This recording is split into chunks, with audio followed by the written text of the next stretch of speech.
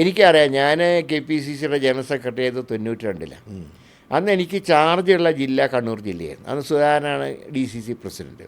അന്ന് എനിക്കറിയാം, അന്നത്തെ ഒരു കാലഘട്ടം എന്ന് പറഞ്ഞാൽ CPMകാരുടെ ഒരു ഗുണ്ടായിസായിരുന്നു. അന്ന് സത്യത്തിൽ കരുണാകരൻ മുഖ്യമന്ത്രി ആയതുകൊണ്ട് മാത്രമാണ് സുധാകരനെ കൈവയ്ക്കാതിരുന്നത്. ബാക്കി എത്രയോ പ്രവർത്തകർ, ഞാൻ പോയി ചിലപ്പോൾ സുധാകരൻ്റെ കൂടെ കാണുന്ന ചില ആൾക്കാർ പിന്നെ ചില പത്രത്തിൽ വായിക്കുക ആളെ കൊന്നു. അത്രയും റിസ്ക് സുധാകരനെതിരെയും അതെ അദ്ദേഹം പറഞ്ഞു, സുധാകരനെതിരായിട്ട് ഒരുപാട് ആക്രമണങ്ങളുണ്ടായി. കാറിന് നേരെ എടുത്ത് ഗൺമാനെ കൊല്ലാൻ നോക്കി. അപ്പോൾ അങ്ങനെയൊക്കെയുള്ള സുധാകരൻ ഒരിക്കലും മാർക്സിസ്റ്റ് പാർട്ടി അധികം കോംപ്രമൈസ് ചെയ്യില്ല. അന്ന് വൈകുന്നേരം ആയപ്പോഴത്തേക്കും സുധാകരൻ പാർട്ടി വിടുന്നു എന്നൊരു തോന്നലേക്ക് വന്നായിരുന്നല്ലോ. അന്ന് ഞാൻ നാളത്തേക്ക് ഒരു വീഡിയോ ഒക്കെ റെഡിയാക്കി വെച്ചിരുന്നു. കാരണം ഇതായിരുന്നു നിങ്ങളുടെ CPM വിരുദ്ധ. അതെ അതെ അതെ, ഞാൻ ആദ്യത്തെ ഞാൻ കണ്ടു.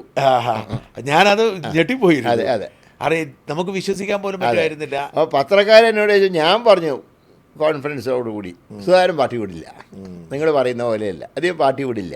കാരണം അദ്ദേഹത്തിന് CPMുമായിട്ട് അദ്ദേഹത്തിൻ്റെ പ്രവൃത്തി കൊണ്ട് CPMന് എന്തെങ്കിലും ഗുണം കിട്ടുന്നത് ഒരിക്കലും അദ്ദേഹം സമ്മതിക്കില്ല. ഇത്രയും കാലം ഫൈറ്റ്, പിന്നെ എത്രയും കാലം ജീവിതം മുഴുവൻ ഫൈറ്റ് ചെയ്ത ആളല്ലേ. ഞാൻ അദ്ദേഹത്തോട് സംസാരിച്ച് അഭിമുഖം കൊടുത്തപ്പോൾ അദ്ദേഹത്തോട് പറഞ്ഞൊരു കാര്യമുണ്ട്, എനിക്കതിൽ വലിയ ബഹുമാനം തോന്നിയതാണ്.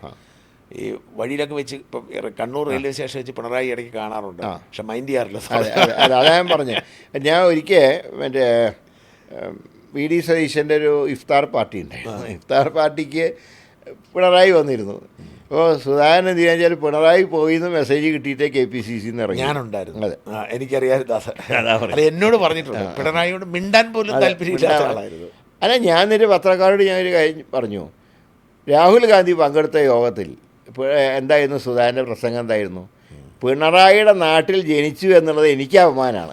അങ്ങനെ പറഞ്ഞ് പ്രസംഗിച്ച ഒരാൾ ആ പിണറായിക്ക് ഗുണം കിട്ടുന്ന എന്തെങ്കിലും തീരുമാനം ചെയ്യുമോ? അപ്പോൾ എനിക്ക് ഉറപ്പായിരുന്നു സുധാകരൻ ഒരിക്കലും പോവില്ല.